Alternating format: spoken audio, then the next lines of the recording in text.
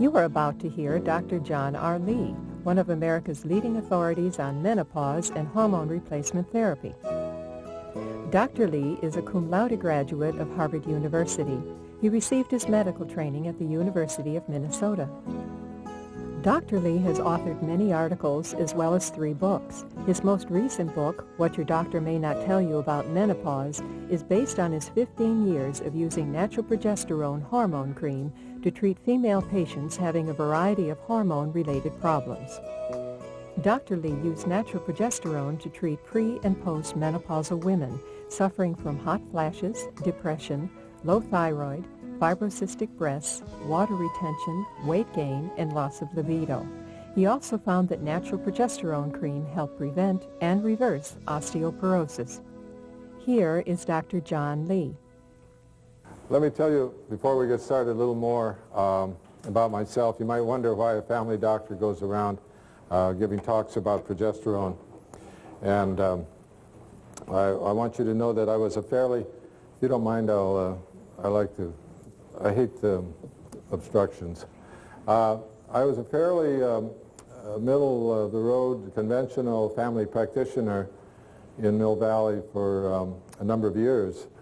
And it is, when I look back on it now, it's quite a surprise that I find myself where I am with chutzpah or whatever it is to tell you what I think you ought to know about the hormones. But I gradually changed in my practice because I had a greater interest in preventive medicine, how to help people not get their stroke, or what they ought to do in their life so their diabetes didn't get too bad, or to prevent a heart attack or prevent their hip fracture and so on. It struck me that this was part of the function of being a doctor, is to try to help people so they don't get the things in the first place. Later on, as I was more successful in my practice in doing this, and I'd make rounds at our hospital, the nurses would say, "Gee, Dr. Lee, we haven't seen you as often as you used to." And I say, "I know, my job is to keep people out of the hospital. And if one of my patients ends up in the hospital, it's probably because I screwed up somehow and didn't know enough." But it was a long learning process, because I think if you talk to any doctor, even in medical school today, they really do not teach a whole lot about how to keep people well.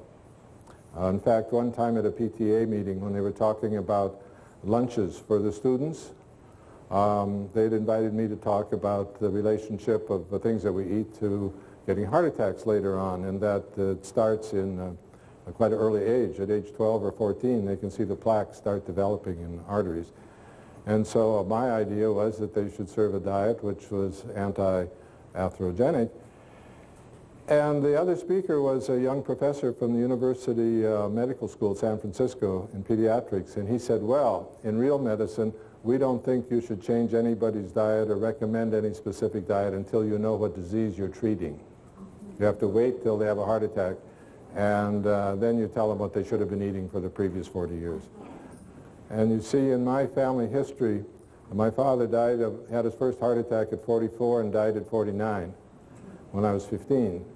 And his brother died at 48 of a heart attack, and his other brother died at 46 of a heart attack, and my only male cousin had a heart attack at age 38. And I'll be 68 in November, and I'm either doing something right or else I was adopted. So at any rate, in my practice, a change occurred in the mid-70s after I'd been in practice over 20 years. And the change was that it was recognized by everybody that estrogen was the main, if not the only, cause of cancer of the uterus, and it increased the risk to a woman by a factor of 8 times or so. They were 8 times more likely to have cancer of the uterus if you gave them estrogen. Unopposed estrogen is the only known cause of cancer of the uterus. And I'd been in practice long enough that I had many patients who had osteoporosis. And in those days, we had a new way of testing. We had the dual photon bone absorptiometry, or then later the dual energy X-ray. And we could actually tell with quite good accuracy, within 95, 96%, the bone mineral density of somebody. And we could follow how good their bones were. So my entry into this field of re-examining hormone replacement therapy occurred because of my patients with osteoporosis. All right? I didn't start out to create a revolution. I just started out to try to find a way to help people who had osteoporosis and couldn't take any estrogen because of contraindications, such as a previous history of breast cancer or cancer of the uterus or obesity or diabetes or previous vascular disorders. So here I was. I could offer them estrogen, but it might put them at more risk of disease, or I could withhold the estrogen and they would have more risk of osteoporosis and eventual hip fracture. This struck me as something that there's something wrong here with this system. I was at that time I was still connected with the California Medical Association. I was a delegate to the CMA meetings. I was on the board of directors of our medical society. I was president of the family practice group. I was editor of the bulletin. I was a very good conventional doctor.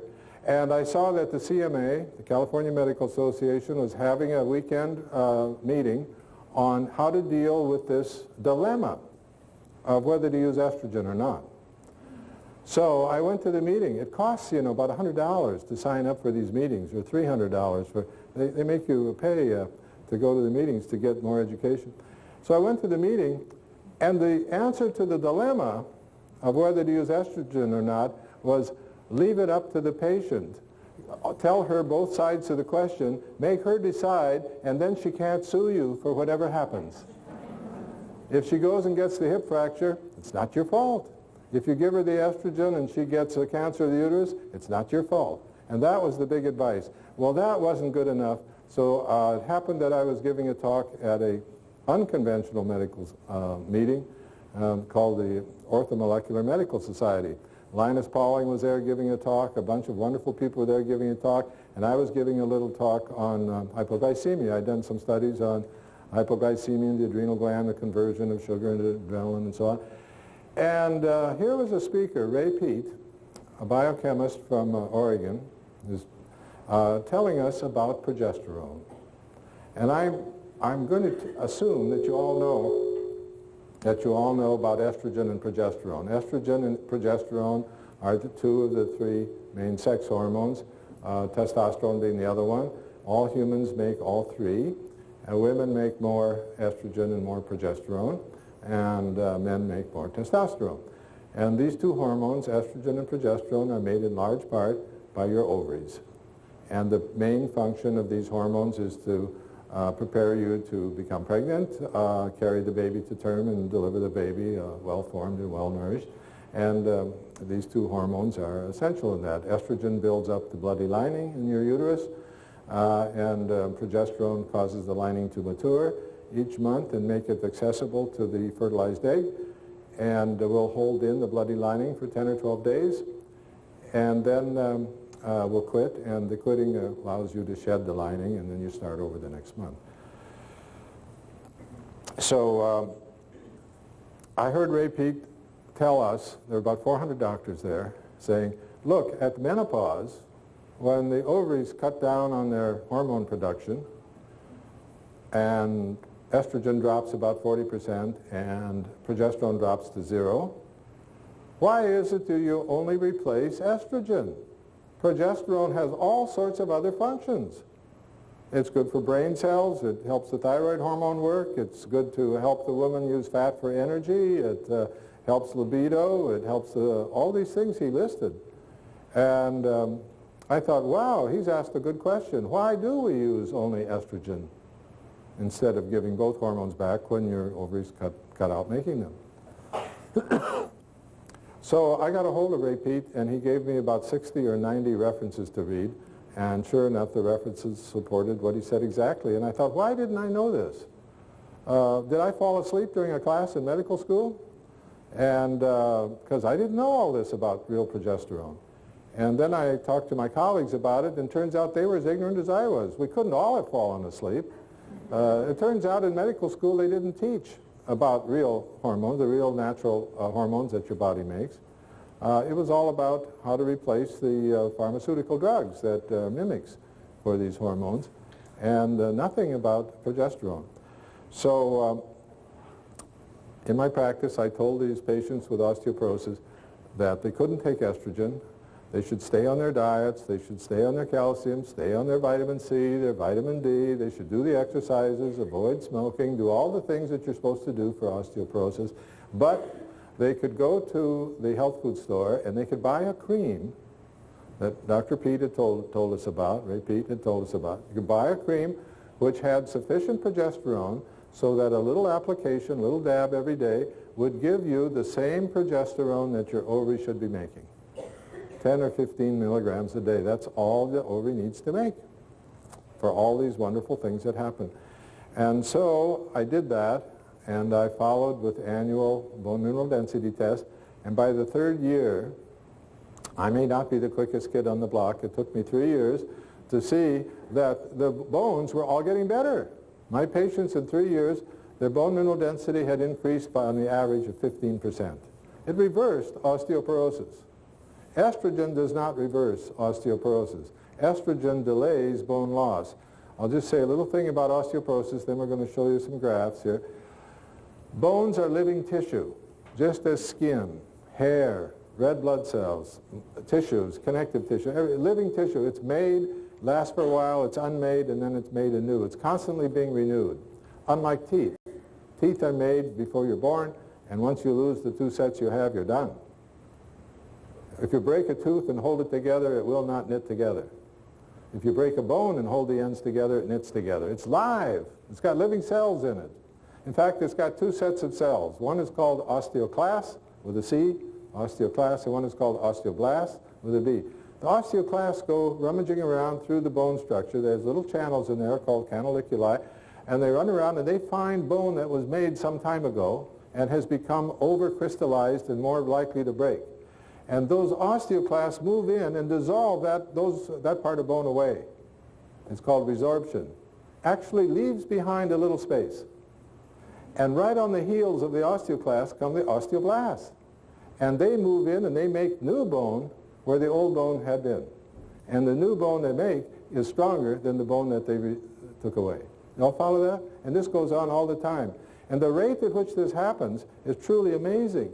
For the long bones in your arm and your leg, you have 100% replacement of your bone structure in 12 to 14 years.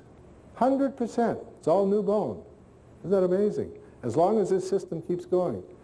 And on the trabecular bone, which doesn't have to have a tensile strength, it's the backbones and your heel bone and your patella, it's got spaces in it. Nature makes it a lighter bone because it only has to support compression.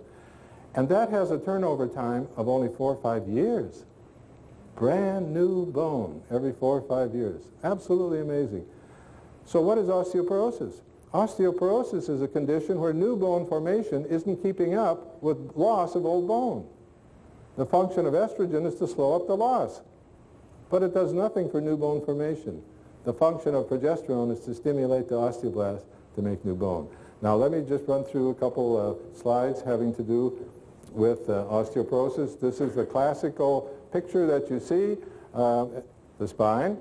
And the classical picture is as a woman ages, she shrinks in height. In fact, measuring your height is the most sensitive test for osteoporosis that you might have. It's the most cost-effective test. Anyone can measure their height, and from the time it starts going down, you do have osteoporosis. The bones actually kind of crunch together because of the forces of how it holds up the body and where the weight of the body is and the strength of the flexors versus the extensors. It pulls people over as the bones crunch together, and that's typical. You see women like that all the time, and that's osteoporosis. It happens to be epidemic in the United States. This is from Lancet. Lancet is not only the best medical journal published in the English language, it's published in London, by the way, but it also has a sense of humor. Doesn't that look like Pac-Man? That's Pac-Man, and that's the osteoclast. And it's coming along and it's eating out some old bone. It's called resorption, remember? And it leaves behind that hole called the lacuna, and along come osteoblasts. And they come in and they fill up with new bone, and then it rests for 4 or 5 years, and then the process repeats. So this is going all the time. So every year of your life, 20 to 25% of the bone in your backbone and your heel bone is being restored.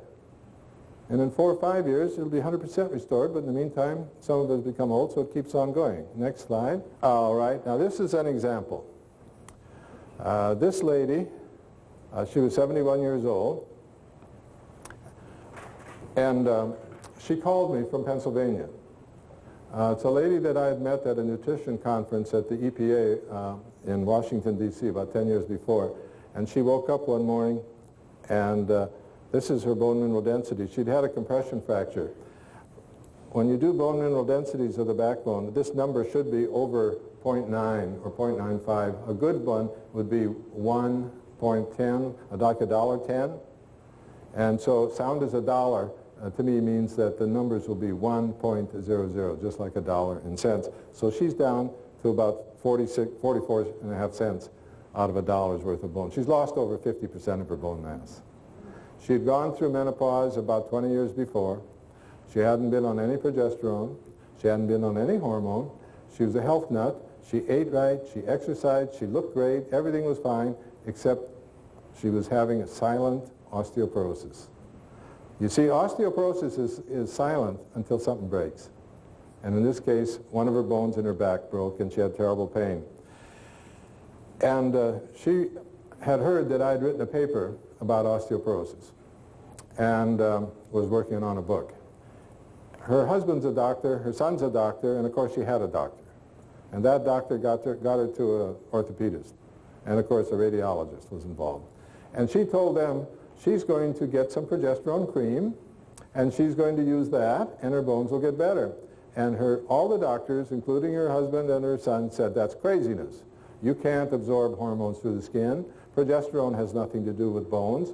Nonsense. This woman is tough. And she did it anyway.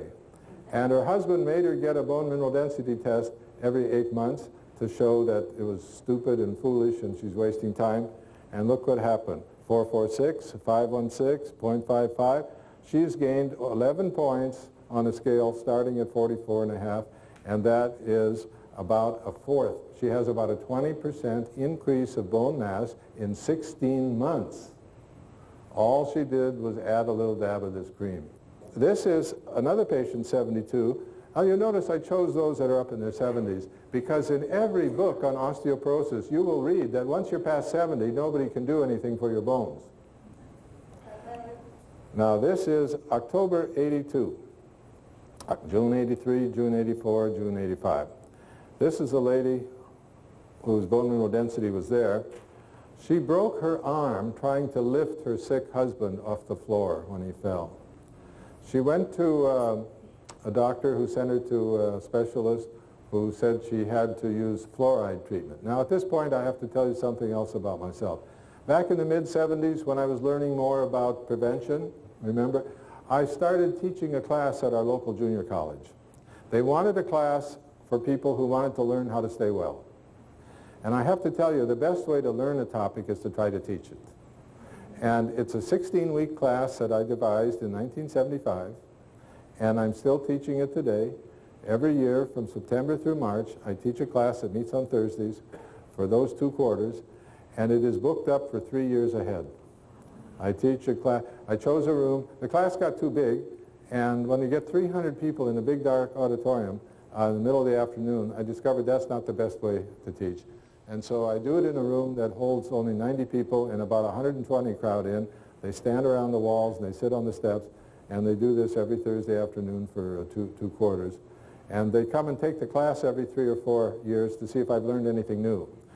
The one requirement for the class is that they cannot become my patient, because I didn't want anybody to say, Dr. Lee is teaching the class because he's trying to advertise himself.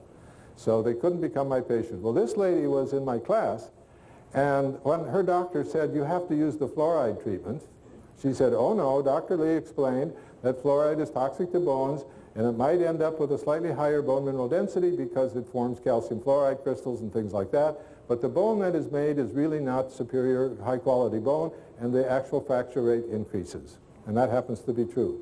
Okay, so he said, well, if you're not going to take the fluoride, you should go see Dr. Lee. Well, you see, that made it a referral. So that was all right. So I told her about the progesterone, and there you go. There's this nice rise. And now she's up over 0.9. And you see, this is now 15 years ago. So she is now, what, 87? She's still living alone. Last year she drove up to Canada to see her younger sister who has Alzheimer's. She's still tending her garden. She still drops me letters every once in a while telling me what her doctors are doing. See, I retired in 1989 from practice. And my wife says, yeah, look, retired. I'm never home. I'm out doing it. Next slide. So it works on people over 75. Okay. Now this is the woman from Pennsylvania. I had them a little out of sequence. This is the same woman. This is the same chart. And the week before, just a couple days before I left, her husband sent this to me. And he said, you're going to be surprised. He said, because there was a year in here where she didn't improve. And he said, guess what? Her doctor thought he could help her by giving her some injections of cortisone. Now, let me tell you about how hormones work. Hormones work by binding with receptors. Hormones are like messengers. They come, but you have to have a messenger receiver. And those are called receptors. So when progesterone floats into a cell, it finds its receiver, and the two of them together then go to the nucleus where the chromosomes are, and they find the right gene site. Out of all the hundreds of thousands of gene sites on your 46 chromosomes, 23 pairs, it finds the right one and drops the message. Isn't that amazing? And the message is, for osteoblast cells, make new bone. That's the message of progesterone. The message of cortisone, which happens to use the same gene site, because as you'll see later, the molecule is so similar, they use the same gene site. The message from cortisone is, don't do anything. It inhibits action. That's why you rub it on when you've got poison oak. It stops the poison oak reaction from occurring. This is why you give it to people with inflammatory arthritis. It stops the inflammation. It stops the cell from working. And in this case, it stopped the osteoblast from making new bone, and she actually went down during that time. She had 3 shots, 3 injections of long-acting cortisone, and finally her husband said, this is ridiculous. Look what's happened. So she quit the cortisone, and look what happened. Up they go again. And now they're also doing the hip bones at the same time now and doing the tests every 8 months. And look, everybody at the hospital is now interested in this lady. It's the first lady they've seen that actually has reversal of osteoporosis. Everybody's excited. The radiology technicians, all the women who work there, they want to see, let's see how she does this time. The radiologist has written me a letter, her husband has written me a letter, her own doctor has written me a letter. If I hadn't seen it with my own eyes, I wouldn't believe it. Her son hasn't written me a letter yet. He's a little too close to the medical school education that he had. But she called and said he is now using it in his practice. So don't let anybody tell you that progesterone doesn't work. It works fine. The bones do need it. And it is, the lack of progesterone is the chief cause of the osteoporosis in the United States. It is not a calcium deficiency disease. You can theoretically make osteoporosis by denying somebody calcium. But the calcium intake in the United States is one of the highest in the world. So the people who have osteoporosis have plenty of calcium. It's their bone cells that cannot make good bone out of it. That's the cause. Next slide. This next one is 63 patients that I took from my files when I retired in 1989. They were current patients, and the black represents where they were when I first saw them, and the white represents where they were 3 years later. Now you see, when you get up at the high level, you don't get much improvement because the bones are at the good level. You see where they are? They're over here at 1.2, $1.20. They're fine. They don't need to grow. So the purpose of progesterone there for these women is just to maintain the good bone. Now, every once in a while, like these, should have had a good result, and they didn't. That's where you get to be a doctor. There are many factors in bone building. There's exercise, there's vitamin D, there's calcium, there's magnesium, there's phosphorus, there's all these things. I could list 40, 50 things that go on in bone building. This is where you have to be a doctor and find the missing factor. It's easy to give the progesterone. It's easy to replace that factor. But if the bone still doesn't grow, then there's another factor missing. And in one of these, the lady was from another clinic who came to see me about her bones. And she had bad bones, you can see. I gave her progesterone, and it didn't get better. And I couldn't figure it out, and I finally talked to her, and she said, I don't think I'm absorbing the calcium. And I said, why would you say that? She said, well, they're giving it to me in a pill, a white pill. I said, yeah? She says, well, when I go to the bathroom, I can look in the toilet, and there it is. The pill was passing through without being digested at all. And I said, I think you're right. I don't think you're absorbing the calcium. And she said, could you give it to me in a liquid? I said, I could, but then we'd never know. So she said, well, what can cause this? I said, well, if you don't have any hydrochloric acid in your stomach, you can't absorb calcium. So I told her, I said, why don't you drop the Tagamet, and why don't you, in fact, go to the health food store and buy some hydrochloric acid supplement, like beta-ene hydrochloride, and take it with your meals, because very likely your indigestion was due to the fact that you don't have enough hydrochloric acid. We need that for digestion. So she did it. She wasn't too happy about taking the chance. She thought she'd get an ulcer or something, you know. She did it, and her indigestion went away, and her bones have all come back. So fine. The other one was a doctor's wife who was only about 40 years old, 44, getting bored with life. He's a psychiatrist, so what can you expect? And just joking. There are some normal psychiatrists, but I've never met one, but I hear it. But at any rate, she was bored and complaining being tired all the time. Not tonight, dear, I'm too tired. And so he sent her to an endocrinologist who couldn't find anything wrong, but because she's a doctor's wife, he ordered a little tablet, meaningless dose of thyroid, you know. And she didn't get any benefit from the thyroid. Every time she raised the dose, her own thyroid would cut down by the same amount. You know, there's this negative cycle that we have, a way of controlling things. She was up to 6 thyroid tablets a day and still bored. And the trouble with the thyroid is that it stimulates the osteoclast to resorb old bone. She was resorbing her bone faster than the progesterone could make new bone. So she had kept all this information from me. I only found out that she had this high thyroid level because I did a blood test. And then I had to speak to her like a Dutch uncle, and I said, this is really stupid. You've got to cut down your thyroid. You're damaging your bones. And I finally got her to cut them out completely eventually.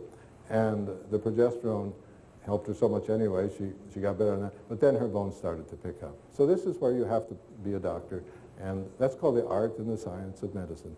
You can't do it by cookbook, regardless of what your HMO tells you. You have to think once in a while. Next slide, next transparency. We're going to, I think, leave the subject of osteoporosis. You all understand now how to treat osteoporosis? It's no problem. When your progesterone is low, you need some progesterone, just as when your thyroid is low, you need a little thyroid. Okay, now I want to show you, the body makes progesterone. That's the molecule of progesterone. That's the one I put on the cover of my first book. This is the cholesterol molecule from which it comes. Now, the reason that I put that on the cover of my first book is that doctors are guilty of a semantic confusion. There are 2 words that we've used, progesterone and estrogen. Would you be surprised if I said there is no such hormone named estrogen? Does that strikes you as surprising? That's because estrogen is a class name, like the word apple is for apples.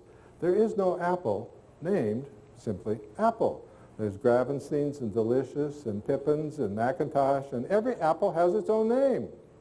Estrogen is that kind of word. There is no hormone named estrogen. There's a whole bunch of different estrogens, and they have different functions. Estriol is the one you make during pregnancy that makes your vagina so tough and your cervix so tough that you can have a 10-pound baby come through there and it all heals. And it does nothing for hot flashes because you don't make it when you're at that age. It does nothing for breasts either. It's neutral. There are very few receptor sites in the breast tissue for it. Whereas estradiol makes big breasts. You give it to men, and they make big breasts, and it's real good for hot flashes, but it doesn't do much for the vagina. So you got all these different estrogens, you see, but there's only one progesterone, and that's that bugger right there. That's the only one. Then you should know about hormones. Remember I said they're messengers? They're like keys to a lock. The molecular configuration has to be specific for each lock. Just like the key, if it has one little notch off someplace or one extra notch, it won't work for the right lock. So this is very important. Now we make it out of cholesterol. You see, cholesterol is kind of similar. And we make cholesterol, by the way, not by eating cholesterol. We make cholesterol from waffles and pancakes and maple syrup and starches and other fats and things. We don't make it out of cholesterol. Ford Motor Company doesn't make Fords by putting real Fords through their factory. They buy the parts. You see, they buy the parts. That's called synthesis. In medical, scientific, biology, chemistry talk, that's synthesis. When you put things together from parts, you synthesize things. Now there's another semantic word we should clear up. Synthetic, the word synthetic. Synthetic means not only is it made by man, but it is made into something nowhere found in nature. You all remember a black comb that you might find on the sidewalk with the word ACE on it? You could look at all the plants in the world and all the animals in the world, and look in all the seas and every place you wanted to, and you wouldn't find one creature that made that comb. There's no comb making ACE combs. That is a synthetic product. Hormones we synthesize. That's a real product. That's made by nature. So it can never be called synthetic. It is synthesized. Now, back in the 30s, when they discovered how wonderful progesterone was, one of the functions, by the way, is that it is made only in the second half of your cycle when you ovulate. And one of the functions is that it tells the other ovary that you're the other ovary, have successfully ovulated. It's like it's saying to the other one, relax, Charlie, I got one out, I win this month. And the other ovary stops. It stops the ovulation of the other ovary. That's why 299 out of 300 babies are single babies. Only 1 out of 300 are the fraternal twins. That's just by chance. Both ovaries release an egg at the same time. So one of the functions, so guess, is to stop ovulation. So the scientists were hired to go find some progesterone, because the idea was if we could put this into the body ahead of time, each ovary would think the other ovary ovulated, and we'd have the perfect birth control pill. Whoa. Evolution taking a big step here. So scientists were looking for other ways of getting progesterone. One way was to try to get pigs pregnant and to cut their ovaries out and squeeze out a little progesterone. Turns out it takes over 1,000 pigs to produce the amount of progesterone that's in that jar of cream. Not very commercially wise to do it that way.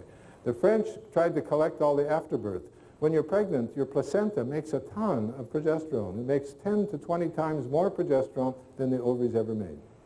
So the placenta has that. But the placenta has a ton of other stuff in it too. And it turns out when the French did this, they had to freeze dry it so it wouldn't spoil on them. They had to get it to a chemistry factory, a pharmaceutical lab of some sort. And then they had to try to separate out the progesterone out of all the other things that are there, the cortisol and testosterone and the estrogens and everything else. Found out it was very expensive and they couldn't compete either. But Dr. Russell E. Marker of the University of Pittsburgh in 1934 found some fats and oils in plants. He found it in the sarsaparilla bean, that he found a little 3 or 4 step chemical conversion, and he could convert a fat or oil in there into real progesterone. Same as we do. Same identical progesterone. Very commercially easy, but there weren't that many sarsaparilla beans on the market. So he looked around and he found that the Mexican wild yam, which is a tuber that grows in the ground, it's a big, ugly, black-green thing, very soapy and very fat-tasting. Turns out it's loaded with this particular fat. And you see how close it is to cholesterol. All they have to do is knock this off, have a double-bonded oxygen there in the methyl group, and take that hydrogen off there, and they've got progesterone. And there we have it, the same identical molecule. And in 1936, on a 2-acre plot, he grew some Mexican wild yams and was able to produce enough progesterone to satisfy the world's supply for a year. Isn't that amazing? And then he formed the Syntex Corporation, became the world's largest producer of hormones. And from that, they can make all the cortisones, all the testosterone, all the estrogens. They can even make digitalis out of it, all synthesized. But when they turn it into something other than Mother Nature made in any plant or animal, then it is synthetic.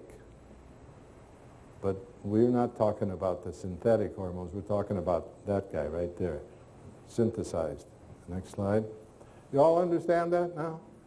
It's not in the beans. It's not in the Mexican wild yam. It is made from the Mexican wild yam. And in fact, that particular fat is found in over 5,000 different plants. It wouldn't matter to me if they made it from acorns or sunflowers or dandelions or anything that they wanted to.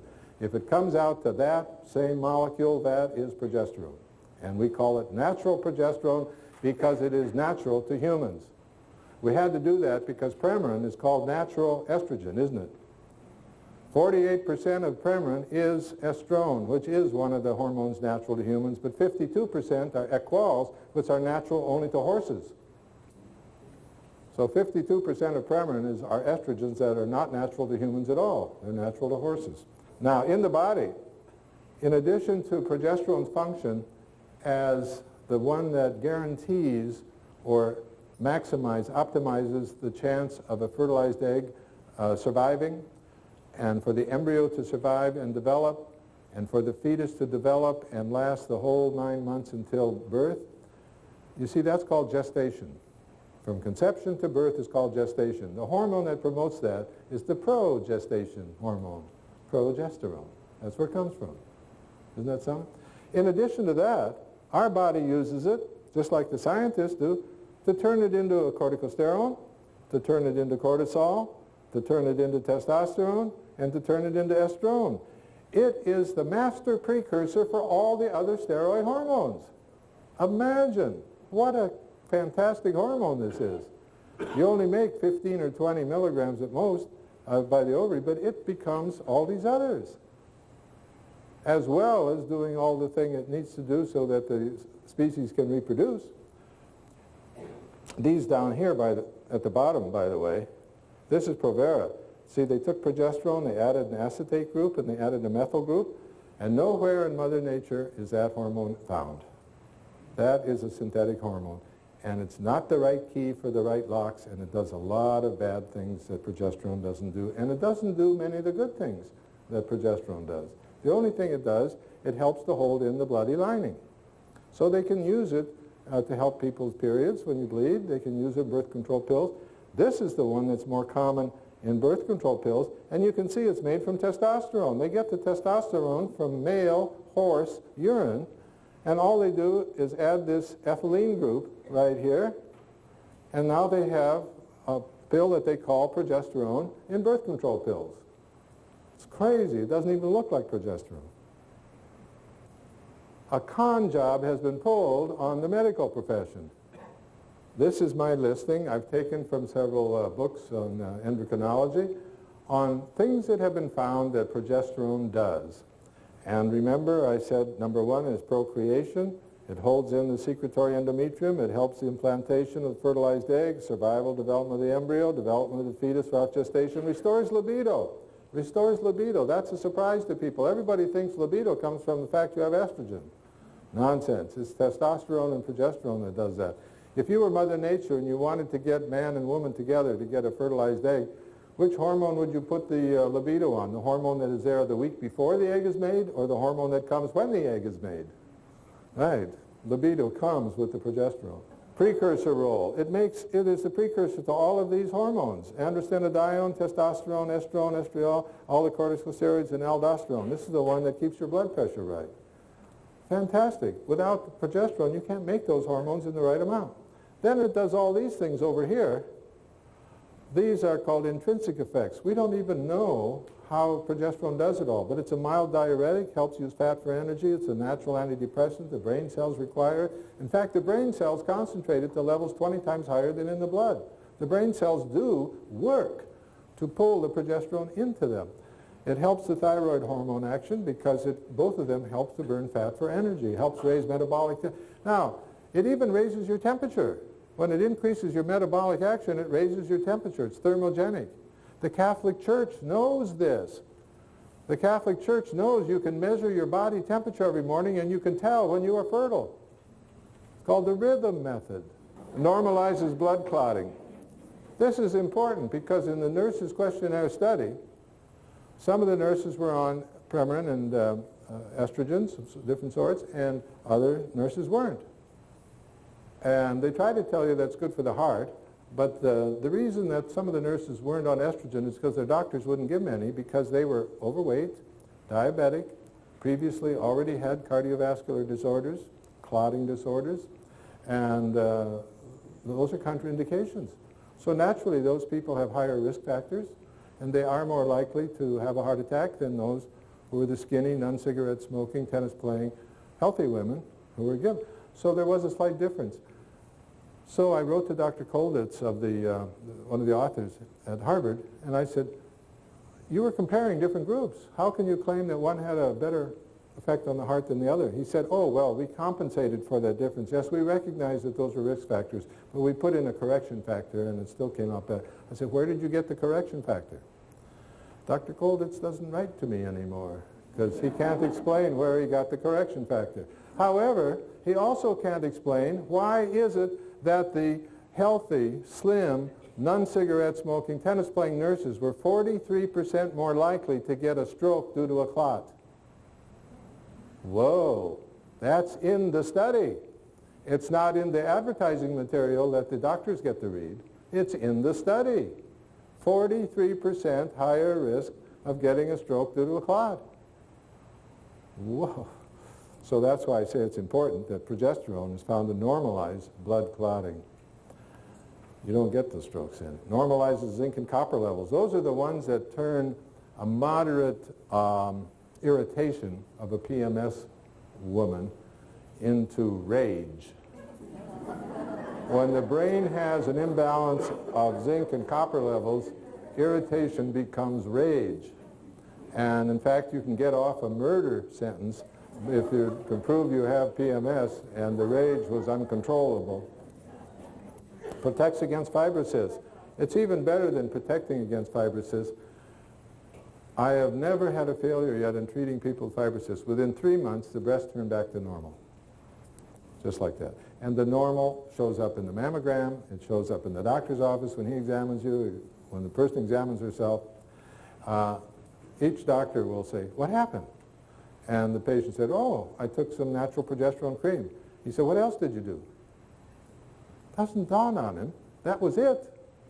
The progesterone turns the breast back to normal if you have fibrocystic breast disease. And it does it within 3 cycles. Then the women will call and say, now that my breasts are back to normal, can I quit the progesterone? I say, no, because your excess estrogen will cause more fibrosis again, so you just stay on it. And they say, how long? And I say, until you're 96, and then we'll reevaluate. Protects against breast cancer. I'll be talking about that a little more. I brought this up at the Santa Barbara conference last week, and somebody took me after the talk, made me meet Professor Formby, who is from Copenhagen, Denmark, and he's on a fellowship at Santa Barbara UC and doing research on this. And not only does it help prevent breast cancer, but he's a molecular biologist. He gave me 27 pages of references showing that estrogen dominance is the cause of cancer of the breast, cancer of the uterus, cancer of the ovary, and progesterone is the protector. And I'm going to explain all that if we have time at the end. Protects against endometrial cancer, ovarian cancer. He says everything you say has now been proven by the work that they've been doing there, plus around the world. He gave me some of the references are from France, some from England, some from China. It's all over the place. All the molecular biologists now have found the keys for those things, those proteins that turn a normal cell into a cancer cell. And that particular pathway is stimulated to go in that direction by estrogen and is stopped by progesterone. It restores normal sleep patterns. It's skin moisturizer. It's been sold for 40 years as a skin moisturizer. I have a hard time getting people not to use it on their face. I'm not against using it on their face, but I want people to use it on other parts of the body because some of the cream is not absorbed. Only the progesterone is absorbed, so some of the cream stays behind, and if they do it on the same spot, I have this worry that maybe it'll just be cream on top of cream. So by moving the sources around. And the right skin sites, by the way, are all the places where people blush. That's where the capillaries are more numerous and closer to the surface. So we're talking about the face, the neck, the chest, the breast, the arms, and the palms of the hands. Simple. You can do it elsewhere, but the absorption isn't quite as good. But on those places, it's so close to 100%. It's just unbelievably good. So that's why small amounts are all that are needed. And of course, it stimulates new bone formation. Okay? See how this has expanded? Started out with osteoporosis, and now we're talking about cancer, we're talking about water retention, we're talking about weight gain. You see, farmers know a lot of this. They are raising steers to get to a certain market weight, so you will eat the meat, right? They have found they have to remove the testosterone by castration, creating steers, so that they can give them estrogen, which causes rapid weight gain, water retention, which raises the weight, and fat. So they get the market weight earlier on less food, so it optimizes the profit of the man who's growing the steers for meat. But it ends up with steer meat that you eat by buying it sliced up at your grocery stores, which is loaded with estrogen. It's part of the estrogen sea in which we live. We live in a sea contaminated with doses of estrogen that you have a hard time imagining right now. This is part of an interesting study. This is now a year and a half old, but it was published in Fertility and Sterility, which is a major international obstetric gynecology issue. What they did, this is from Dr. D. Lignares from France. He's been writing about progesterone longer than I have. He's been doing it since the early 70s, saying how good it is for women's breasts in terms of mastalgia. That's a term means painful breasts, large painful breasts. And his colleagues would say, like they say to me, John, how do you know it's absorbed through the skin? How do you know it gets through the bloodstream? How do you know it gets to the breast where it's supposed to get, or to whatever the target tissue is? How do you know it reaches a concentration there that is meaningful? How do you know what it does? Well, we know because we see it in our patients all the time. You don't need rats. You don't need mice. You don't need cell cultures. We see it in our patients so that anybody could see it. The patient knows. That's why they tell other people. Like my book sales, Warner has never spent a nickel on any advertising. Every book sale is woman by woman by woman, telling people about it. And they're in the 11th printing in less than a year. At any rate, this study by Dr. D. Lignares and Dr. Chang from Taiwan, they invited 40 young premenopausal women to participate in a study when they were going to have some benign breast surgery for some reason. They were going to have a breast surgery for some reason, and they said, we want you to participate in the study. We're going to give you a cream for 10 days, 8 to 10 days, that's all. Some of the creams will contain progesterone. You'll be getting 15 to 20 milligrams a day, normal dose. Some of the creams will contain estrogen, normal dose. Some of the creams will contain a little bit of each, 50% of each. And the other cream will be a placebo cream, no hormone in it. So here we had a double-blind, placebo-controlled, randomized, in vivo study. In vivo means in real living people. Not in rats, not in mice, not in cell cultures, in real people. They only did it for 8 to 10 days, and then they had their breast surgery. Now this is what happened. Down here on where it says placebo, that's the amount of hormone the women were making at that time of the month. They chose the time of the month before the egg production started. They chose the day 1 through day 8 during the period of their bleeding cycle so that their own estrogen and progesterone wouldn't show up. It was about 0.6 and 0.8. Then these are the ones who had the progesterone cream. They went up to 66. That's an increase of 100-fold. Increase of 100-fold by a little dab of progesterone cream. And these are the ones that were on the estrogen cream. That was also an increase of 100-fold over what the placebo cream users had. And the combination had 50-50, and that's what came out. 50-50 was found in the breast. Then they looked in the breast at the breast cell pCNA. That's the proliferating cell nuclear antigen.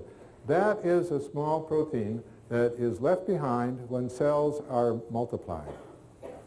The word is mitosis. They were multiplying. Maybe 1 became 2, 2 became 4, 4 became 8, and so on. This is a way of counting how fast the cells multiply. The definition of a cancer cell is that it is multiplying faster than a healthy cell, non-cancer cell, and it does not have time to fully differentiate into the mature cell that it's supposed to be. The more rapidly it multiplies, the less likely it's going to ever become the full cell. There's a beer called Full Sail beer, and I tend to mix it up with full cell development. And this is what happened. This is the multiplication rate on the people who had the placebo, and on the estrogen, the multiplication rate went up 220%. When estrogen was combined with progesterone, it brought it back down to the level of normal, and when progesterone was given by itself, it practically stopped the multiplication, the proliferation of the cells. The conclusion is, yes, it is well absorbed. Yes, it gets to the breast tissue in good concentration, just as the hormone made by the ovary does. Yes, it does affect breast cells. Yes, estrogen does make the cells multiply at an abnormally fast rate. And yes, progesterone protects. Isn't that beautiful? All in one study. Then they did one further study, and that is they looked for it in the bloodstream serum. Now, progesterone hormone by itself is fat-soluble and will not mix with water. It carried in the blood on red blood cells and chylomicrons and other fatty things in the blood. And doctors are looking in the wrong place of the blood to measure the progesterone levels. People will say about the other study, well, that's all well and good, but how do we know it really protects against dying of breast cancer? Well, 1975, Dr. P.E. Moore in London talked the top 3 largest, best equipped, most advanced hospitals in London to participate in the study. On the day of surgery for their breast cancer, these women were measured for estrogen and progesterone levels, just on the day of surgery. Now they've been followed for over 18 years. And this is on women who have breast cancer with positive nodes outside of the breast. This is the worst kind. You have the breast cancer, and it has already spread to lymph glands elsewhere in your body. You understand what we're talking about? The worst kind. They didn't even measure the progesterone along the whole course of the 18 years. Just on the day of surgery. You see, there are 8 studies already that show that if your progesterone level is good on the day of surgery, you're less likely to have later cancer show up.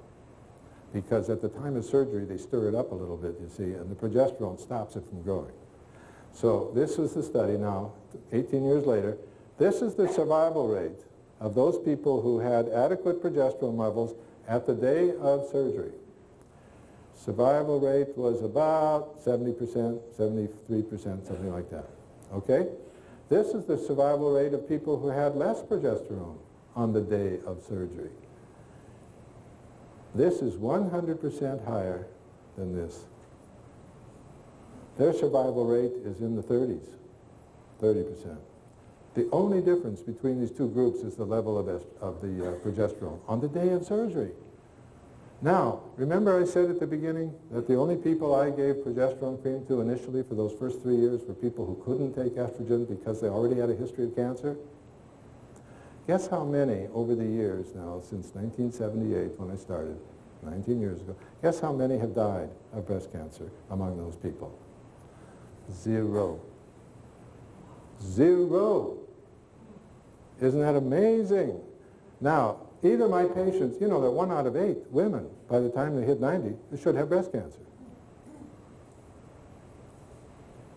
And they do die. Not my patients that are on progesterone. They stay on it. I have no trouble with what's called compliance. I hate the word compliance. It applies to my dog. Will you be compliant? Obey me. No, I want patients who are challenging, who will argue with me, who will ask questions. I don't want to be compliant. But in the meaning of the word, are they using their progesterone? Yes. You can't stop them. I want them to stop once a month for 3 or 4 days just to let the receptors have a little rest. They don't want to stop for 3 or 4 days. They want their skin to stay good. They want to, and I say, it's in the fat under the skin. Don't worry. You can stop for 3 or 4 days. Next slide. But isn't this amazing? This was published in the British Journal of Cancer 5 months ago. Where's the medical profession? Don't they know that? Wouldn't you want to double your survival of your patients with a nickel's worth of progesterone? Why not? Now, this is from last month's issue of the American Family Physician. journal. I take a ton of journals. Since retirement, I've probably read more journals than any doctor you're going to run into, because I have to keep up, because I have to not make a mistake. Since, in effect, I'm criticizing conventional medicine, and I am. I want them to change. I want them to learn. I want them to grow. I want them to do the right thing. I have to be right. So I read a lot. So this, I didn't get it on here, but I have the page with me if anybody doubts it. It's from last month's issue of the Family Practice, Family Physician Journal. This is a list of steroid and pituitary hormones before and after menopause. Isn't it interesting? Here we have estrone, E1, the major estrogen we make, and it only drops from there to there, about 40%. It doesn't disappear. Your doctors will say, at menopause, your estrogen disappears. These doctors do not know what they're talking about. You're still making estrogen. You can make estrogen even if your ovaries are removed. You make it by body fat. In fact, an overweight, postmenopausal woman makes more estrogen than a skinny, cigarette-smoking, premenopausal woman does. You are not deficient. The question is, do you have enough or not? Now, he thinks you're deficient because you have some symptoms of estrogen deficiency. You might have hot flashes. You might have vaginal dryness in spite of your own estrogen. The reason is that one of the functions of progesterone that I did not have listed on that, which I've learned now, is that it sets the sensitivity of estrogen receptors back to normal. When progesterone isn't there, the estrogen receptors don't work as well. It restores. These two hormones, even though they have opposing effects many places in the body, they actually work as a team. And the teamwork of progesterone in regard to estrogen is to restore normal sensitivity of the receptors. So when you add the progesterone to a woman who's postmenopausal, she frequently doesn't need any estrogen at all. It was always there. It just couldn't be heard by the body because the receptors were tuned down. Isn't that something? So here we have estradiol. That drops quite a bit. And that's the one that prepares the breast for breastfeeding. Now, after menopause, you're not going to be doing much breastfeeding. So naturally, that's the one that drops. But the one that is good for bones and everything is up there fine. And then this is, A stands for androstenedione. That's kind of a masculinizing hormone. And then T is testosterone, DHEA, cortisol, follicle-stimulating hormone, luteinizing hormone. PRL is prolactin hormone, drops a little tiny bit. TSH, that's the thyroid-stimulating hormone, and GH is growth hormone. Of course, it's low to begin with. You have growth hormone only when you're very young. So not much changes at menopause. But you know what's fascinating about this list for the American family physician? Progesterone isn't on it. How can you expect the doctor to know anything about progesterone if you don't even list it on hormones change at menopause time? Does this strike you as strange? Unfortunately, it's all too common. If you read any article on osteoporosis, there will be no mention of progesterone. If you read any article on postmenopausal hormone replacement, there is no mention of progesterone. Here is a list for doctors on the change of hormones before and after menopause. We know that after menopause it drops to zero. Why don't they show the big drop? These are the diseases that women die of. You might be surprised. Women die of cardiovascular disease almost at the same rate as men. Now granted, they do it 20 years later, but they still die. And then of course cancer. We got in here breast cancer, endometrial cancer, ovarian cancer, all those things. Imagine where that would be if we could stop all those. You know that a study was done by the Johns Hopkins Medical Center starting in 1960s, extending for 20 years. It was published in 1983. They followed thousands of women, measuring their hormone levels, not treating them, just following them. And they found that the death, or the incidence even, the incidence of tumors, of cancer neoplasms, in those people who had adequate progesterone was only 1/10 of the other women. It cuts out 90% of all cancers. Now, Johns Hopkins is not Hennepin County. The journal it was published in is the American Journal of Epidemiology. That is not Reader's Digest. You understand? This is a good study by a good medical center, published in a good reference journal.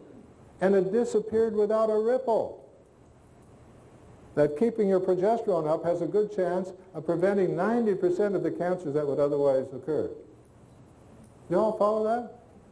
Doesn't it strike you as strange that you didn't see that in the newspapers or anything? Are you beginning to get the picture that maybe there's a pattern here? Now, I brought this up because now we're going to talk about cardiovascular disease in women. This is just a list of the differences between, I'll take a moment to do this. The word for all these synthetic hormones, these look-alike mimics of hormones that are made by the pharmaceutical companies that are not found in any living thing, they are called progestins. That's the word for progestin. And I've been keeping track and adding to this list. These are obvious things. Progestins do the thing. It causes birth defects. You can look it up in the PDR. Any of the birth control pills, they'll list all the reasons not to do it, all the birth defects. Even in Provera, they list birth defects. If you give it to beagle dogs, it causes breast cancer. It's in the PDR, you know, the physician's desk reference? Every library has one. These things are all in there. These are all well known due to progestin. Not one of them is due to natural progesterone. Now here we get to protecting against cancer. That's progesterone. And that's not found over here. And the regrowth of scalp hair, that's all here. All these have been found. Improves new bone formation. Well, Provera does a little bit. The studies show that it increases bone about 5% in 3 years, whereas real progesterone increases at 15%. So it's not surprising it has little. And, but here, increases the risk of coronary vasospasm. Bang-o. Decreases the risk, progesterone.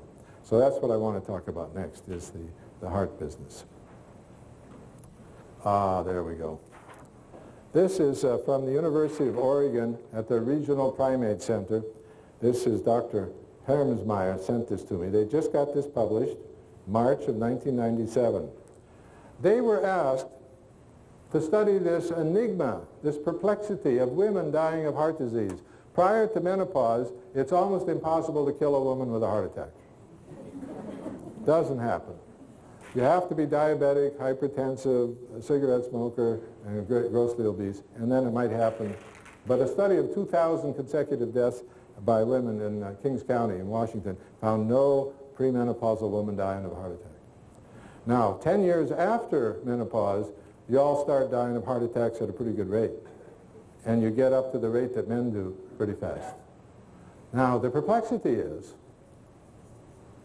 that when you do the autopsies and look at the coronary arteries are not clogged up. At most, they have a 30 to 50% blockage of cholesterol plaque, whereas men have 90 to 95%. Just before I left for the airport yesterday morning, 6 o'clock in the morning, some lady called from Wisconsin. Her 44-year-old husband just had a big heart attack, and she wanted to know my thoughts about that. Of course, being in Wisconsin, he loved to drink milk, you know, all those terrible things that people do thinking they're doing it right. And this is an epidemic of men dying of heart attacks. Now, women are getting the epidemic when they're 65, 70, 75. But their coronary vessels are not clogged up with fat. So the working hypothesis is those blood vessels tighten up. And when they tighten up, a 30% blockage can be made into a 100% blockage. You all see that? Yeah. So we had to find what could make them to go into spasm. It's called vasospasm, spasm of a blood vessel. Turns out Dr. Hermsmeyer and his group had been doing angiograms, coronary angiograms, on rhesus monkeys. And they had found that they could picture the coronary arteries very well with rhesus monkeys, and they had found a way to stimulate the artery to go into spasm. They had found a little trigger that would allow it, and they could then see, you know, how much it slowed down the flow of the blood. So they were asked to look into the business of women dying of heart attacks. Now, monkeys don't go through menopause. Do you know that? Until they die, they still have periods, can always have more babies. So they had to create menopausal monkeys. The way they did that was to remove their ovaries. And then they replaced the typical hormone replacement therapy. And then they tried another set of monkeys with estrogen plus a little progesterone, real progesterone, just like what I recommend. And in fact, Dr. Hermsmeyer wrote me a letter and said, were it not for your book, we wouldn't have thought of looking at the difference between progesterone and the synthetic progestins. Isn't that nice? That's why he sent me the results. This shows the progesterone monkey. This is the major coronary artery, like the anterior descending. Those of you whose husbands have had coronary arteries and angiograms, you know about the anterior descending artery. That's the major one. That goes to all the electronics in the heart. And then this goes down the left side, and so on. And then they gave a medicine to try to dilate it up as much as possible to make sure the monkey didn't have some spasm going on already. And so you can see that there's no change. It's identical, so that's fine. And then they gave the medicine that tried to make it go into spasm. And all they got was a slight reduction in caliber there, no spasm. So they gave a triple dose, a lethal dose to these monkeys, and that's as much of a spasm as they could create on progesterone. Then they took the monkeys that were on Provera, medroxyprogesterone acetate. First they did the dilating to see if it made any difference, and it's fine. Then they gave a single dose. Whoa. Those arteries closed right down and stopped the flow of the blood to the walls of the heart. And they followed the cardiogram of the monkey, and just before the monkey was about to die, they gave a reversing, and this is the best they could do to open it up again. They could not stop the spasm. They called it unrelenting spasm caused by Provera. Conventional medicine had already heard that this study was on the way. They had an answer. The answer was, oh, but those were monkeys. Conventional medicine was using pigs' hearts for study. Pigs' hearts have coronary arteries that do not ever constrict. We have arteries that constrict when we get a nasty letter from the bank. Or if somebody puts a little dent in our bumper. The pigs don't care. Their coronary arteries stay wide open all the time. It's conventional medicine that has been using the wrong animal model. The rhesus monkeys are like us in this regard. And this is what happened. Even when they tried to open up that artery again by giving an antidote, it wouldn't open. So, what conventional medicine didn't know was that Dr. Peter Collins in London, at the London Institute of Heart and Lung Research, has been studying the same problem in humans. He's been taking postmenopausal women, having them walk on a treadmill EKG, recording the cardiogram, finding out how much they can walk before they show any signs of ischemia. All follow that? No problem. Then he gives the women the typical estrogen and Provera, has them start walking, and bang, oh, they got to stop right away because the time for ischemia has been shortened way down. The heart is not being perfused with the right amount of blood because the coronary arteries go into spasm. So he took these same women and converted them to estrogen plus real progesterone. Now they're back to walking all day and their hearts are fine. And this was published 2 months ago and was reported at the American Cardiology meeting in Massachusetts 2 months ago. Did you see the newspaper headlines about this? No? No. I think there is a pattern here. Nobody is telling anybody how good progesterone is. Nobody is telling anybody how bad Provera is and the other progestins. This is the explanation for the big rise of the heart attacks. And it doesn't have to happen just to the coronary arteries, it can happen to other arteries. How about Mrs. Harriman, 72 years old, our ambassador to France, on HRT, goes for a swim, has a massive stroke and dies. Wow, the Harvard Nurses Questionnaire study would have predicted that. This would have predicted it. Why wasn't she on progesterone? Doesn't anybody care about women dying? The question arose. You see, I don't think there's any question anymore that natural progesterone is a very important hormone.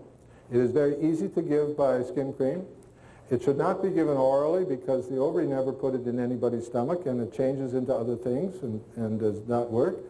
It goes well through the skin. It's a perfect delivery system. See, I don't think that's controversial. That's beyond controversy right now. These are facts.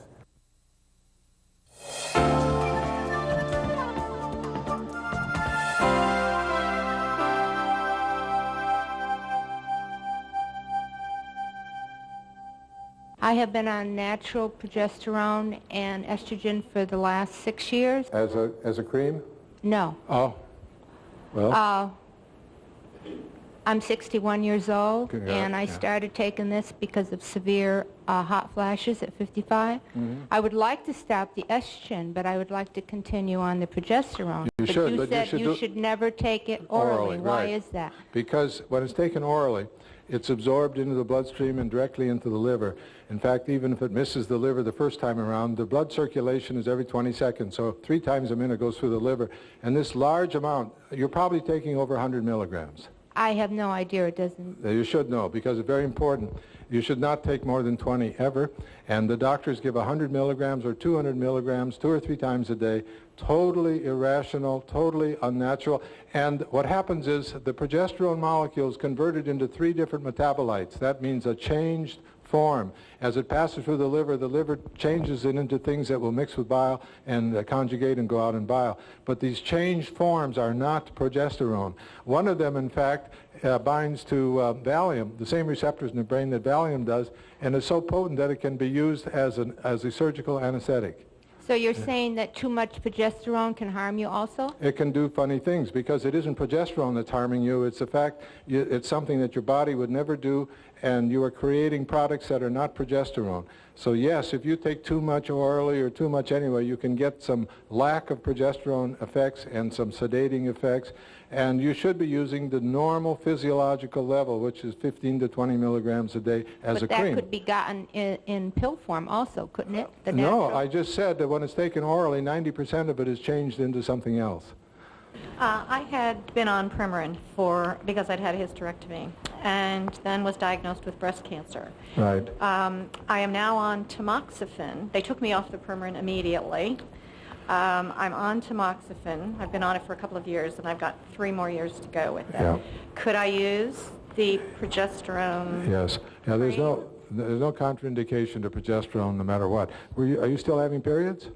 No, I'd had a hysterectomy years ago. So. She had a hysterectomy. The doctor's under the misconception that her ovaries are still making hormones. Tamoxifen works by competing with estrogen. Tamoxifen is a non-steroid estrogen. It's a weak action, and the idea is by having it bind to estrogen receptors, it'll protect you from your own estrogen. There's several things wrong with this. One is she may not be making very much estrogen. After hysterectomy, 80% of the blood to the ovaries has been tied off. I have no ovaries. I mean, I have no everything. ovaries, so she has nothing. I have so nothing. so she has no source of estrogen whatsoever except her body fat, and her doctor is giving her tamoxifen. The second thing wrong with tamoxifen is it is a strong enough estrogen to be classified as a cancer-causing agent because it causes cancer of the endometrium. Not very often, quite rarely, but still it is a cause of cancer of the uterus. She doesn't have a uterus, but it also causes blindness, it also causes liver damage, and now they're saying be sure not to take it more than 5 years. Well, they don't know that. Maybe it shouldn't be taken over 2 years. Or maybe, as most European doctors know, shouldn't be taken at all. She should be on progesterone. That would be the best protector for her so she doesn't have any recurrence of breast cancer. And here we have a lady who is on unopposed estrogen and gets breast cancer. Big surprise. Two tumors in one. Okay. So. Right. So Anyway, you can use the real progesterone cream, and whether you use tamoxifen or not is between you and your oncologist and God. I personally have never used it in practice, and I've never lost anybody to breast cancer. Yes, Dr. Lee. Your thoughts on Fosamax versus, taking the natural progesterone cream? All right, Fosamax, the question was my thoughts on Fosamax. Fosamax is the latest example of a group of drugs called bisphosphonates or bisphosphonates. These started, the major one was about 10, 15 years ago. It was sold as Didronel. The chemical name was etidronate. The new one is called alendronate, and it's sold as Fosamax. It is 1,000 times more potent than the others because it's bound to a protein.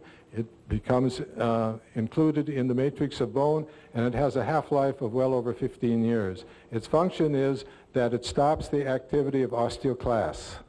Remember the cells that eat out old bone, so the osteoblasts can come in and make new bone.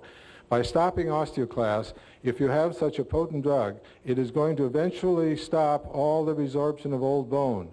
There will be no places for new bone formation to occur. The osteoblasts can only work where the old bone has been cleared out.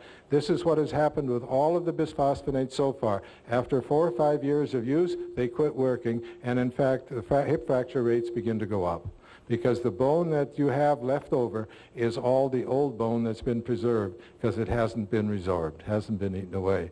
And Fosamax is destined for the same disastrous result. The second problem with Fosamax is that it dissolves human cells. It eats out human cells. And the company itself says, be sure not to lie down after taking a Fosamax pill because it'll eat a hole through your esophagus or your stomach.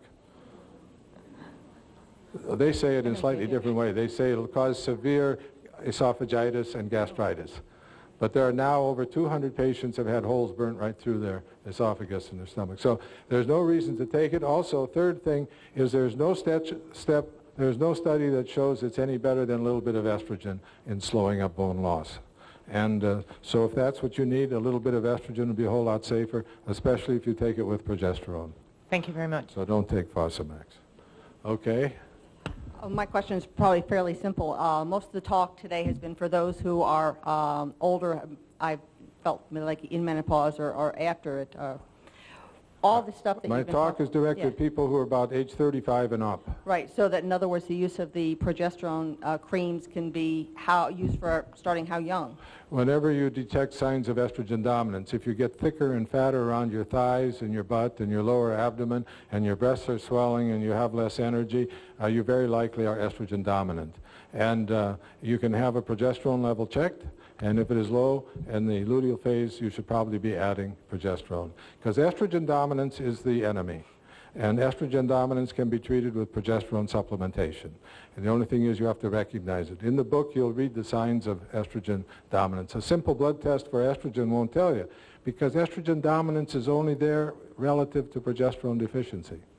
So I would say that if a body is gaining fat, has large breasts, very likely estrogen dominance already exists. So a little progesterone would be a good idea, in my opinion. Yes, you're talking about testing and monitoring. Where in this part of the country is there anything except a blinded allopathic doctor who's just going to laugh at you? I don't know. You have to be in the West Coast to find someone that'll test and... We got the same problem on the West Coast, believe me. No. See, I don't think that your average family doctor is a lost cause. I think he's a bright, intelligent person who's overworked. I think with help you can teach him. And by doing this, you see, you don't need his approval.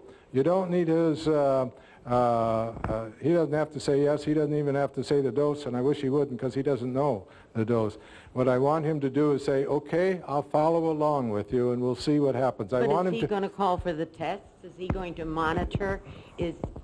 The only test you need saliva is... test? You don't need to monitor your saliva test. You know that postmenopausally, your saliva progesterone is going to be 0. So I never used the test. It didn't exist before I retired from active practice. There's no need to do it. It's only if you want to show him, if you're 35 years old and you want to settle the question one way or the other, that way you can do it. However, after menopause, you don't need the test. You just add the progesterone, and he can order an annual bone mineral density test. He ought to be... I've done a bone density, and I've got a problem. Yeah, well, of course. But now you go on progesterone for a year and use up a half a jar a month, like my patients did, learn the diet, read the book, do what I say in the book in chapter 12, and then a year from now get another test. Okay, can I ask one more portion of this? Years ago, I'm way past menopause. After a pap smear test came back, there was a little notation that my estrogen was zilch. And so you're talking about estrogen dominance. Well, there's not much lower than zilch. I know. It's because for the estrogen to work, it has to have active estrogen receptors. And by adding the progesterone, the estrogen receptors return to normal function. And that would help. If it doesn't, then I'm not against a woman adding a little estrogen. But the amount you need is only about a fourth of how much is made by the Perman folks and the folks that make estrace. They make too much. You see, I have to teach the people to break the pills in half or take them every third day or something to get the right amount. Or get some permanent vaginal cream and use just a tiny little dab twice a week. There's all sorts of ways of raising the estrogen a little bit. Okay. Well, no, the last part of my question is, how do you test for hydrochloric acid? How do you get hydrochloric acid? How do you determine, without taking something that's going to give you heartburn to stay up all night? You know, I mean, how do you find, your allopathic doctor says, oh, do this, do that, and if you have a problem, oh, who wants a problem? Yeah. There are three ways. One is to put a tube down your stomach and suck some of the fluid back and have it measured. And that's not a very happy experience to do. And the second way is to swallow a radioactive capsule that gives off a signal, and depending on the amount of acid in your stomach, and you have to wait for you to pass it later in the BM and retrieve it because it's very expensive, and you don't want to do that too. The way I did was to see, I would ask, are there foods that you can't eat now that you used to eat and have no problems with? And they say, oh yeah, if I eat such and such, I get all this indigestion and gas. I said, well, why don't you go to the health food store and buy a little hydrochloric acid like betaine hydrochloride and try it with each meal and see what happens. And if they call back and say, whoa, now I'm fine, I can eat that food, everything's fine, then I say, good. And if they say it didn't make any change, then I say, well, then it's not the hydrochloric acid. Okay. So. Thank you. All right. Hi, I'm an electrolysis. I absolutely love the product. I got addicted like 10 days. My varicose veins are better. My fibrocystic breast, I had 40 notable nodes. After 2 weeks, I only have 4 left. Good. I have about 2 or 3 questions. Last year I was laid up with a sciatic nerve problem, and I was using the progesterone cream. I think I had stopped during that time, and when I had a test, the bone density test, taken, I had lost 10% of calcium. Will the progesterone cream make that up gradually? Yep.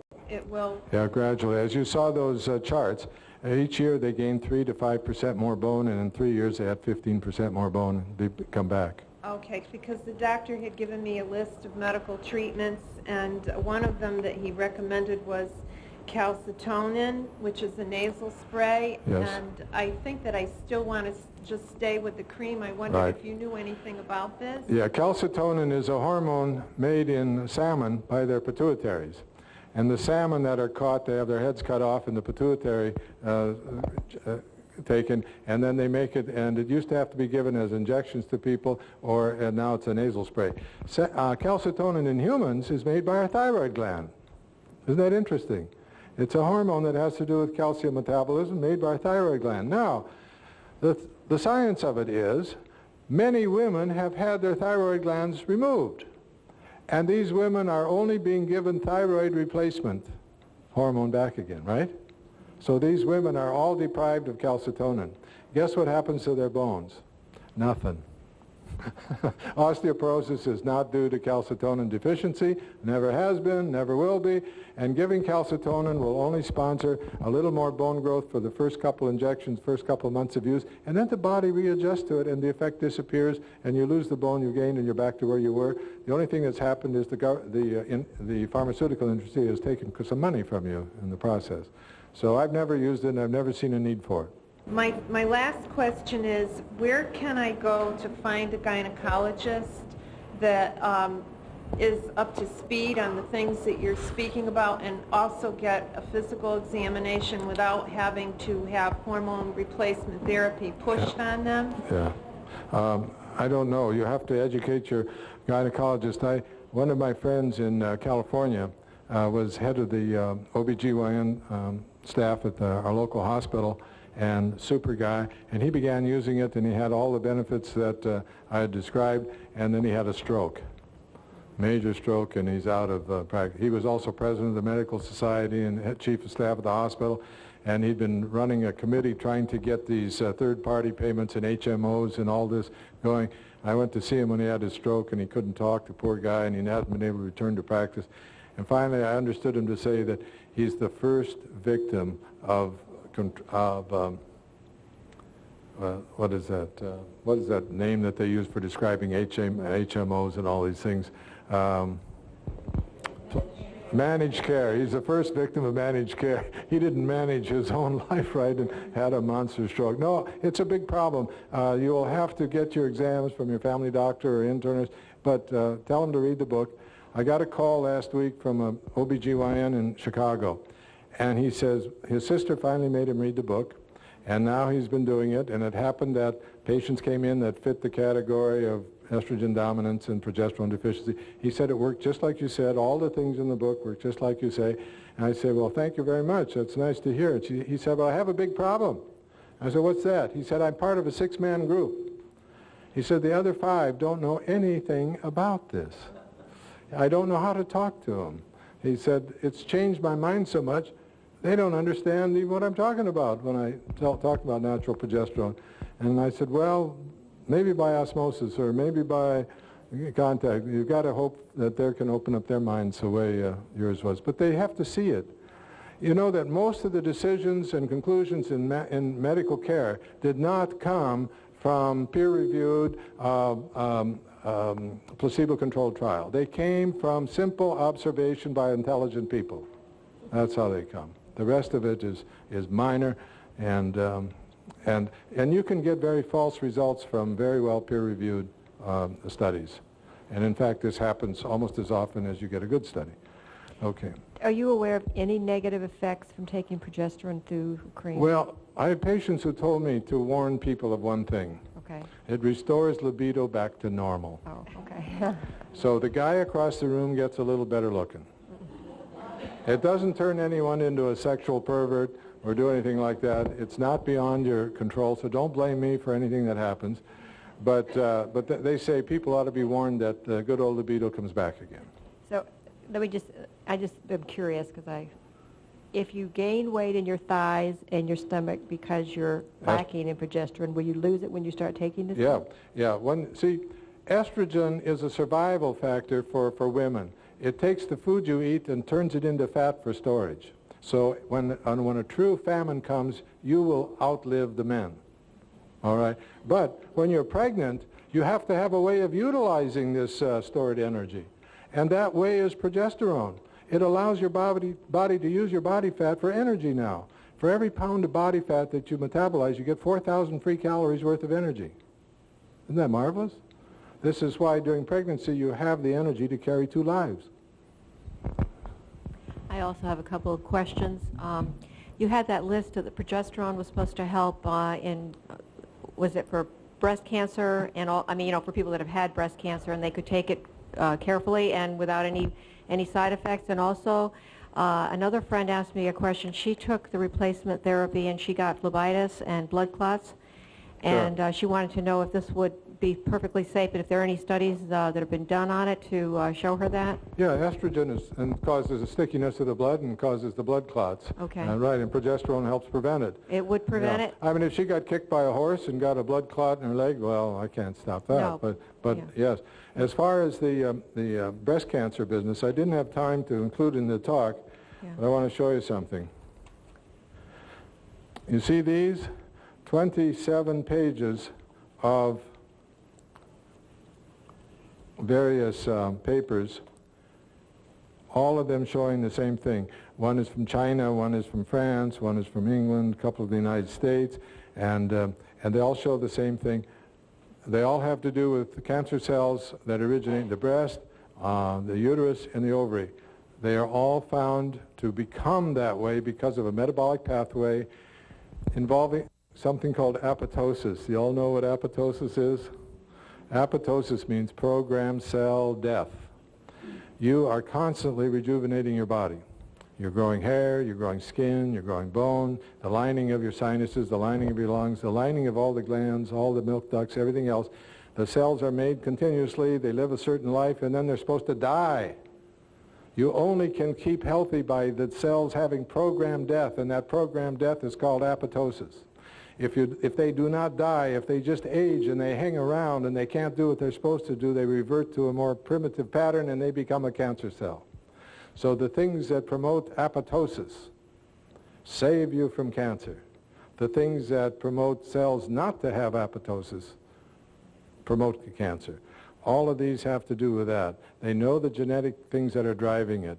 It's a thing called P53 and another thing called PCR2.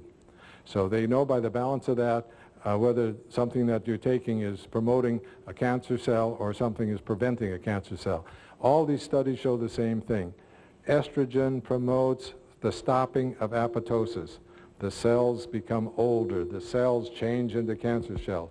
Progesterone promotes apoptosis and stops the proliferation of new cells.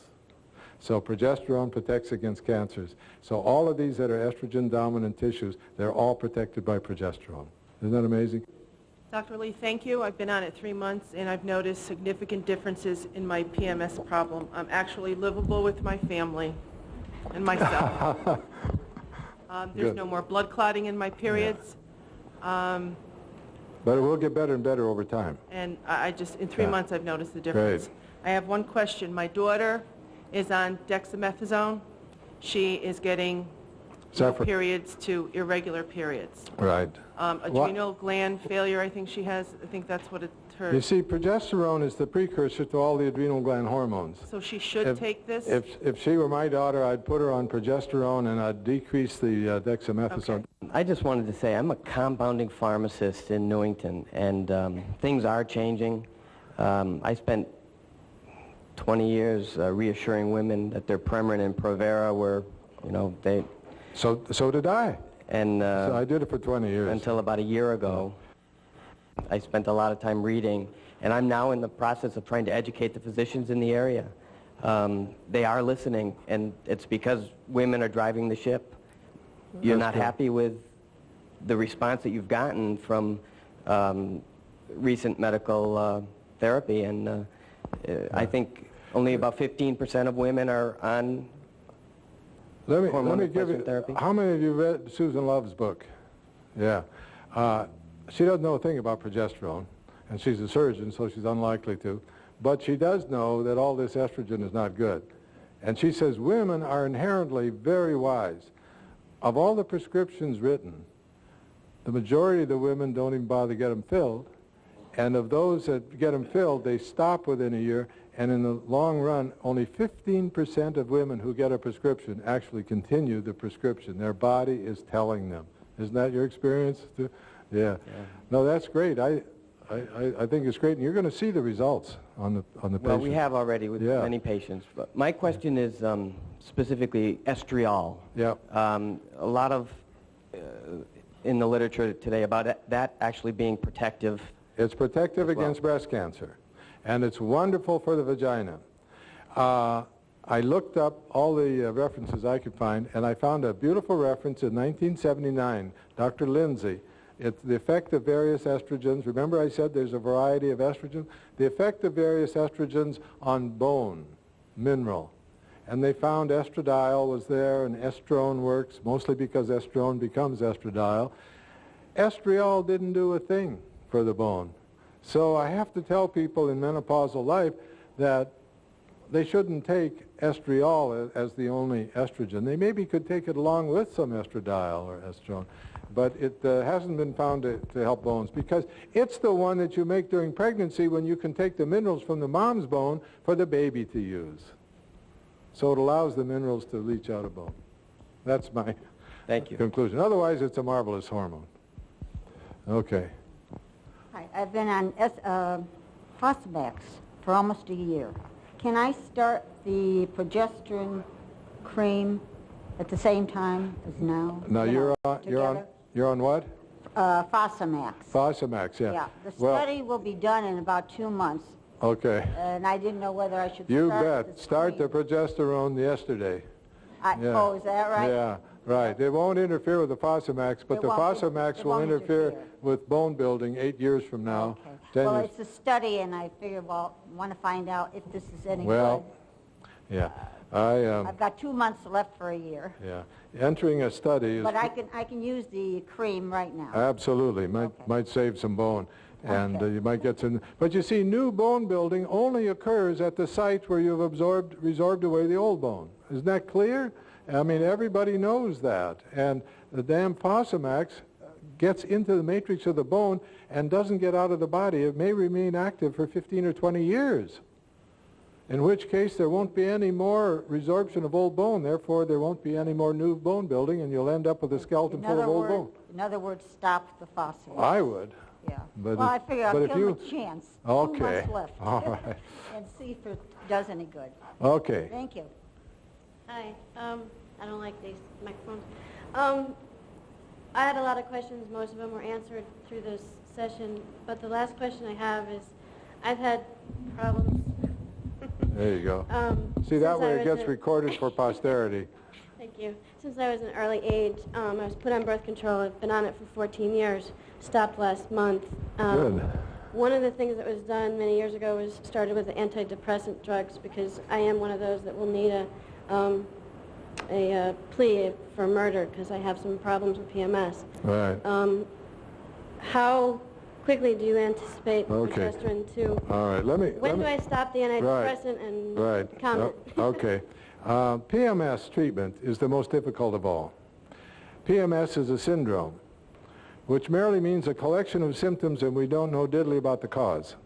That's what a syndrome means. We can get enough people to agree that if you have this set of symptoms at this time of the month, then we'll all call it PMS. But nobody knows what it is. Isn't that amazing? It's premenstrual distress of some sort, and it's no fun to have. It's a terrible thing. Now, my patients, I took those that gained weight, water retention, during the last week or 10 days of the monthly cycle. Those were the ones I could guarantee would respond to progesterone.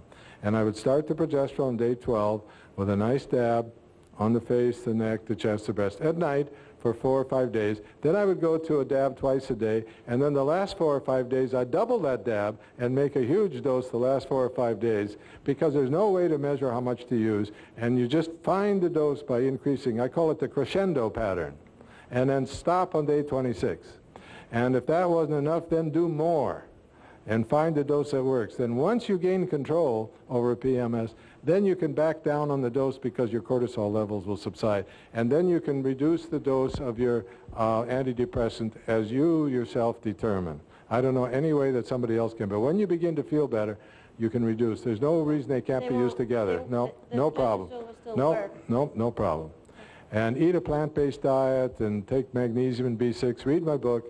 Follow the rules, but don't be afraid to use some progesterone in good amounts the last few days. All right, well, thank you very much. You're very patient. For more information about Natural Woman Progesterone Cream, which is recommended by Dr. Lee, contact the healthcare professional or firm providing this video or call Products of Nature.